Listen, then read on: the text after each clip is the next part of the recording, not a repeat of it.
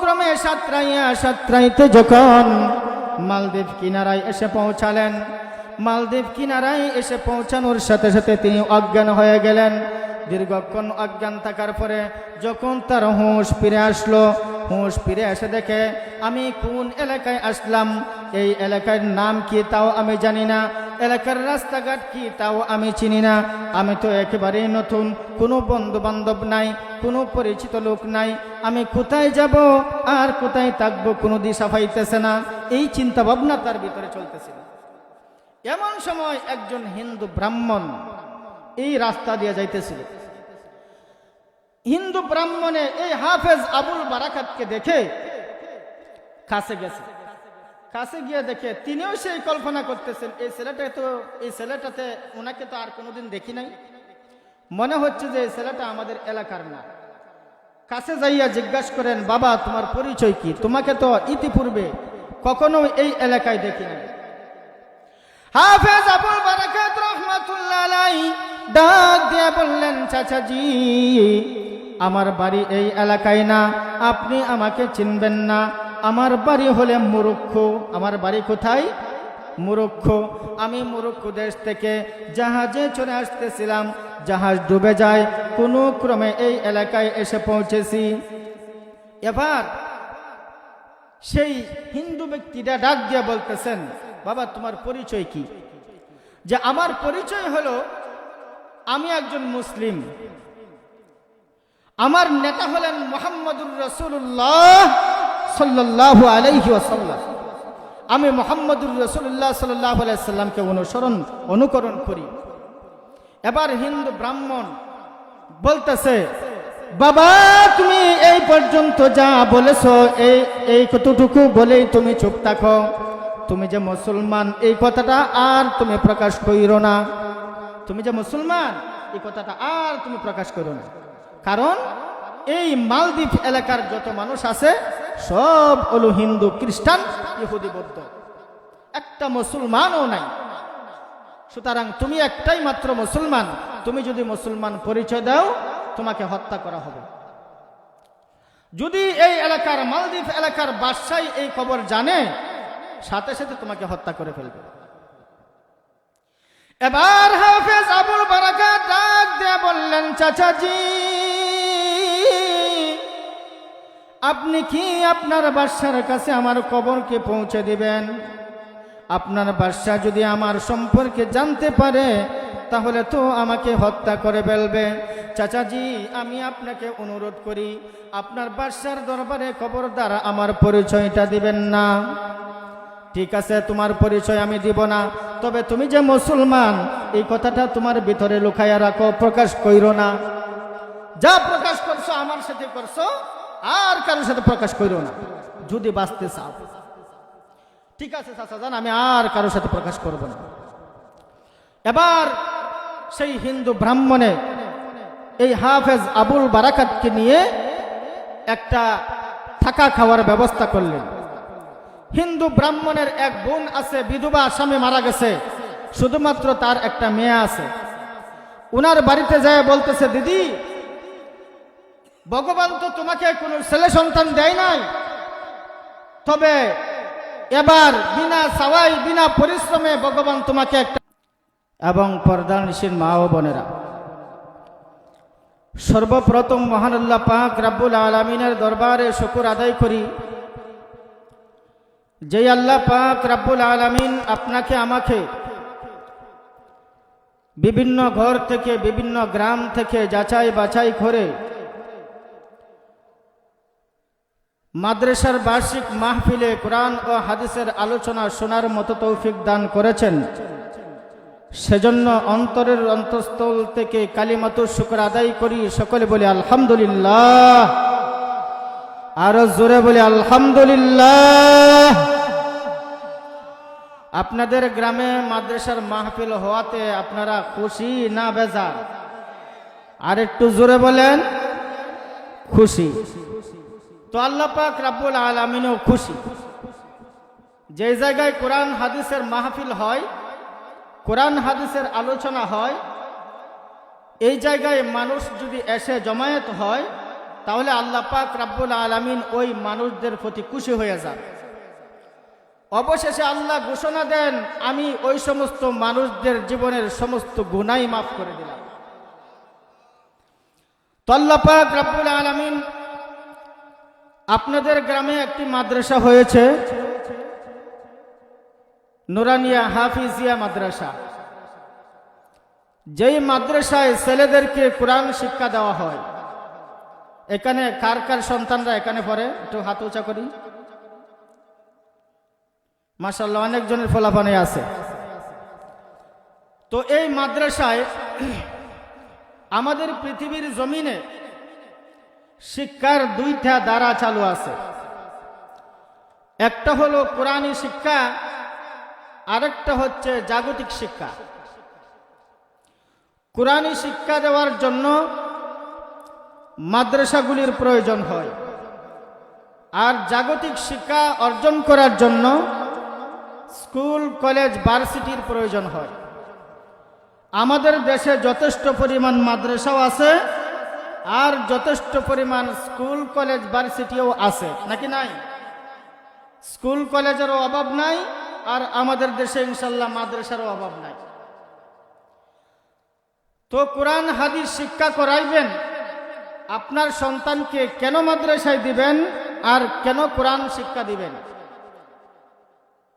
বিষয়টা জানার দরকার আছে না নাই? সন্তানকে কেন কোরআন শিক্ষা দিবেন? লাভ থাকলে তো শিক্ষা দিব, লাভ না থাকলে কি কেউ শিক্ষা দেবে? আমি একটা কাজে যাইতেছি, ওই কাজটা করে যদি আমার ফায়দা হয়, আমি যদি উপকৃত হই, তাহলে ওই কাজে যাব, আর যদি উপকৃত না হই তাহলে ওই কাজ থেকে দূরে থাকব। প্রথমে আমাকে বুঝতে হবে, মাদ্রাসায় শিক্ষা করাইয়া আমার সন্তানকে মাদ্রাসায় শিক্ষা দিয়ে হাফেজ বানাইয়া, আলেম বানাইয়া আমার লাভ কি হবে? যদি এই লাভ না বুঝি তাহলে তো সন্তানকে মাদ্রাসায় দিব না। আগে আমাকে লাভ বুঝতে হবে।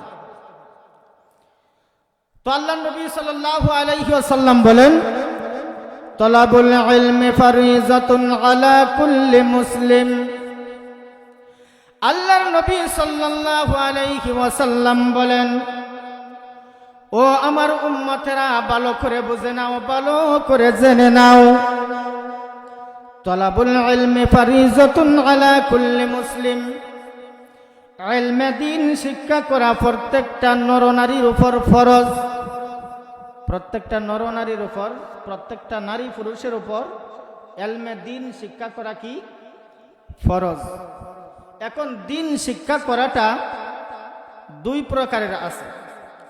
একটা শিক্ষা হলো ফরজে আইন, আরেকটা শিক্ষা হলো ফরজে কিফায়া। কয় ধরনের শিক্ষা? এক প্রকারের শিক্ষা ফরজে আইন, বাধ্যতামূলক করতে হবে। আরেকটা শিক্ষা হলো ফরজে কিফায়া। এলাকা ভিত্তিক 2-4 জনে যদি এই শিক্ষা অর্জন করে তাহলে সকলের পক্ষ থেকে আদায় হয়ে যাবে।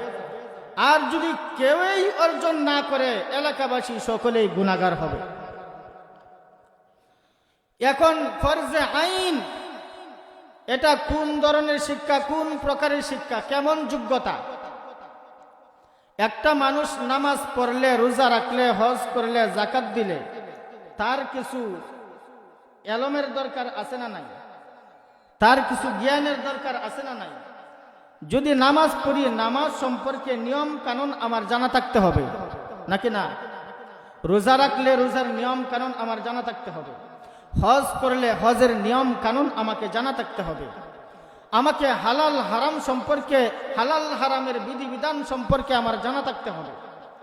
এই প্রকারের বিধিবিধানগুলি শিক্ষা করা প্রত্যেকটা নরনারীর উপর ফরজে আইন, বাধ্যতামূলক ফরজ।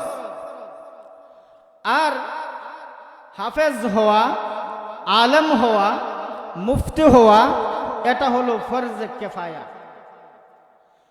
এলাকার 2-4 জন ছেলে যদি আলেম হয়ে যায়, হাফেজ হয়ে যায়, মুফতি হয়ে যায়, তাহলে এলাকাবাসীর সকলের পক্ষ থেকে দায়িত্ব আদায় হয়ে যাবে, বাকিরা আর গুনাহগার হব না। এখন আপনার সন্তানকে, আমার সন্তানকে মাদ্রাসায় ভর্তি করাই কিসের জন্য? হাফেজ বানানোর জন্য। হাফেজ হওয়ার কি ফজিলত? আল্লাহ নবী সাল্লাল্লাহু আলাইহি ওয়াসাল্লাম হাদিস শরীফে বলেন, ওয়ান আব্দুল্লাহ ইবনে আমর রাদিয়াল্লাহু তাআলা আনহুমা قال قال رسول الله صلى الله عليه وسلم يقال لصاحب القرآن। আল্লাহ নবী সাল্লাল্লাহু আলাইহি ওয়াসাল্লাম বলেন, হাফেজ কোরআনের কেমন মর্যাদা। আপনার সন্তানকে যদি আপনি কোরআনের হাফেজ বানান, তাহলে একটা হাফেজ কোরআনের কেমন মর্যাদা এবং তার মা বাবার কেমন মর্যাদা। ইয়া সাহিবাল কোরআন ইকরা ওয়ারতাকি কামা কুনতা তুরাত্তিলু ফিদ দুনিয়া ফাইন্না মানজিলাতাকা ইনদা আখিরি আয়াতিন তাকরাউহা। আল্লাহর নবী সাল্লাল্লাহু আলাইহি ওয়াসাল্লাম বলেন, তোমার কোন সন্তানকে যদি কোরআনের হাফেজ বানাও, আর ওই তোমার সন্তানটা যখন দুনিয়া থেকে বিদায় হয়ে যাবে, আমার আল্লাহ রাব্বুল আলামিন কাল কিয়ামতের কঠিন ময়দানে তোমার হাফেজ সন্তানটাকে বলবে, ওরে কোরআনের হাফেজ, তুমি তোমার কোরআন তিলাওয়াত করো, যেমন ভাবে তুমি দুনিয়ার জমিনে ধীরে ধীরে তিলাওয়াত করতে, ওইভাবে ধীরে ধীরে তুমি তিলাওয়াত করো। তোমার তিলাওয়াত তুমি তিলাওয়াত করতে থাকো আর উপরের দিকে চড়তে থাকো। বলেন সুবহানাল্লাহ। তুমি কোরআন তিলাওয়াত করতে থাকো আর উপরের দিকে চলতে থাকো। তোমার কোরআন তিলাওয়াত যে জায়গায় গিয়ে শেষ হবে রে হাফেজ, ওই জায়গায় হবে তোমার জান্নাতের বাসস্থান। সুবহানাল্লাহ। তোমার যেই জায়গায় কোরআন তেলাওয়াত গিয়ে শেষ হবে, ওই জায়গায় তোমার জান্নাত হবে। এবার কোরআনের আয়াত কতটুকু? কতটি আয়াত আছে?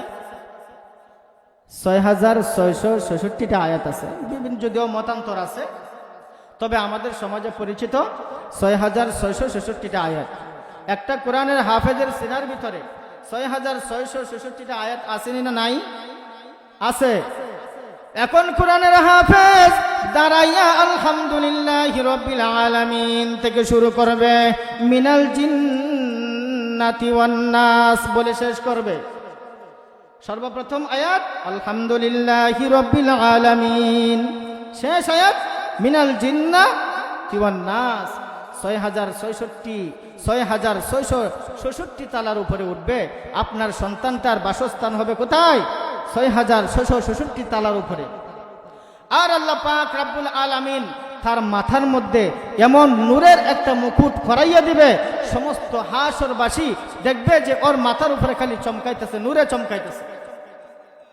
এবার কোরআনের হাফেজের মা বাবার কি অবস্থা হবে? আমি যে আমার সন্তানকে যদি সংসারে কাজ করাইতাম, তাহলে আমার অনেক হেল্প হইতো, কিন্তু কাজ করাইলাম না। আমার সন্তানকে যদি আমি ইচ্ছা করতাম আমার সাথে কাজ করাইতে পারতাম, না পারতাম না? পারতাম, কিন্তু করালাম না। রিক্সা চালাইতে পারতো, করলো না।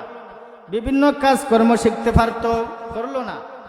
সব কিছু বিসর্জন দিয়ে আমার সন্তানটাকে ভালোবেসে, কোরআনকে ভালোবেসে, মাদ্রাসাকে ভালোবেসে, নবীর কোরআন হাদিসকে ভালোবেসে, নবীর বাগান মাদ্রাসাকে ভালোবেসে আমার সন্তানটাকে মাদ্রাসায় দিয়ে দিলাম। এবার আমার সন্তান কোরআন শিক্ষা করে হাফেজ হয়েছে, আমি হাফেজ বানাইছি। এবার আমার কি লাভ হইল? আল্লাহ পাক রব্বুল আলামিন ওই হাফেজের মা বাবাকে জান্নাতের ভিতরে হাসরের মাঠে এমন 2 কানা পোশাক পরাইয়া দিবেন, যেই পোশাকটার দাম আসমান এবং জমিন বিক্রি করলেও তার দাম হবে না। আসমান জমিন যদি বিক্রি করা হয় আর এই পোশাকের যদি মূল্য দিতেন চান, তারপরেও তার মূল্য পরিশোধ হবে না। এমন দামি পোশাক পরানো হবে। ওই সন্তানের মা বাবার মাথার মধ্যে নূরের মুকুট পরানো হবে। হাসরের ময়দানে অসংখ্য অগণিত মানুষেরা জিজ্ঞাসা করবে, ওগো আহকামুল হাকিমিন, ওই যে দেখা যায় নূরের মুকুটওয়ালা মানুষগুলি, এরা কি দুনিয়ার জমিনে কোনো রাজা বাদশা ছিল নাকি? না, কোনো রাজা বাদশা ছিল না। তাহলে কোনো পয়গাম্বর ছিল কি? না, কোনো পয়গাম্বর ছিল না। তাহলে নবীর কোনো সাহাবী ছিল কি? না, নবীর কোনো সাহাবীও ছিল না। তাহলে কি আল্লাহর ওলি ছিল? না না, এরা জামানার কোনো কুতুব্বা আল্লাহর ওলি ছিল না, এরা জামানার কোনো আলেমও ছিল না। তাহলে কারা এত মর্যাদাবান হয়েছে? কারা এত মর্যাদা হয়েছে? আল্লাহর পক্ষ থেকে জবাব আসবে, এরা হলো দুনিয়ার জমিনের কুনারের হাফেজদের মা বাবা। হাফেজদের মা বাবা, এদেরকে হাফেজের মা বাবা হওয়ার সম্মানার্থে এদেরকে এইভাবে নূরের মুকুট পরাইয়া সম্মানিত করা হয়েছে। তাহলে দুনিয়ার জমিনে যদি কোনো সন্তানকে আলেম বানানো হয়, তাহলে দুনিয়ার মানুষেরা এদেরকে দুনিয়ার বোঝা মনে করে, যে আলেমরা হচ্ছে সমাজের বোঝা। আমাদের সমাজের কিছু বুদ্ধিজীবীরা বলে থাকে যে আলেমরা হচ্ছে সমাজের বোঝা। আসলে কি সমাজের বোঝা? সমাজের মানুষ দাম না দিলেও কিন্তু আল্লাহর কাছে বিশাল দামি। আপনি দুনিয়া না পাইলেও পরকাল আপনি ঠিকই পেয়ে গেছেন। পরকালের জন্য আপনি ধনী হয়ে গেছেন। দুনিয়ার জন্য আপনি গরিব হইলেও পরকালের জন্য আপনি ধনী হয়ে গেছেন। পরকালে আপনার কোনো চিন্তা থাকবে না। এবার হাফেজের মা বাবাকেও সম্মানী করা হলো, হাফেজকেও সম্মানী করা হইল। এবার হাফেজকে একটা সুপার পাওয়ার দেওয়া হবে। হে হাফেজ, তোমাকে আমি আরো একটা স্পেশাল পাওয়ার দিতেছি। তোমার পরিবার ইষ্টি গোষ্ঠীর মধ্যে যারা একেবারে চিরতরে জাহান্নামী, যাদের আমল নামায় নেকি বলতে নাই, এমন 10 জন লোক তালাশ করে বাইর করো। এই 10 জন লোক সম্বন্ধে যদি তুমি সুপারিশ করো, তাহলে আমি তোমার সুপারিশ মঞ্জুর করে এদের জাহান্নামটা ক্যান্সেল করে এদেরকে আমি জান্নাত দান করব। এবার কোরআনের হাফেজে দেখবো তার ভাই বোনের মধ্যে কেউ জাহান্নামে আছে কিনা, খুঁজে আনবো। তার আত্মীয় স্বজনের মধ্যে জাহান্নামে যারা আছে তাদেরকে খুঁজে বাইর করবে। ইষ্টি গোষ্ঠীর মধ্যে যারা আছে তাদেরকে খুঁজে খুঁজে বের করবে। বন্ধু বান্ধবের মধ্যে যারা আছে তাদেরকে খুঁজে খুঁজে বের করবে। ওই রকম 10 জন জাহান্নামী ব্যক্তিকে সে আল্লাহর দরবারে এনে পেশ করবে। আল্লাহ, আমি এদেরকে নিয়ে আসলাম, এদেরকে তুমি জান্নাত দিয়ে দাও। এবার কোরআনের হাফেজ যেহেতু আল্লাহর কাছে আবেদন পেশ করবে, আল্লাহ পাক রব্বুল আলামিন তার আবেদন কবুল করবে, তার সুপারিশ মঞ্জুর করে এই জাহান্নামীদেরকে আল্লাহ জান্নাত দিয়ে দিবে। এবার হাফেজের মা বাবা হইতে আমরা রাজি আছি, হাফেজের সহযোগীকারী হইতে রাজি আছি, হাফেজের বন্ধু বান্ধব হইতে রাজি আছি। হাফেজের বন্ধু বান্ধব হইলেও লাভ আছে, একদিন সুপারিশ করে আমাকে জান্নাতে নিয়ে যাবে। হাফেজদের পাওয়ার হয় সুপার ফুল পাওয়ার। হাফেজদের ভিতরে কোরআনে কারীম থাকে, ওরা একমাত্র আল্লাহকে ছাড়া আর কাউকে ভয় করে না।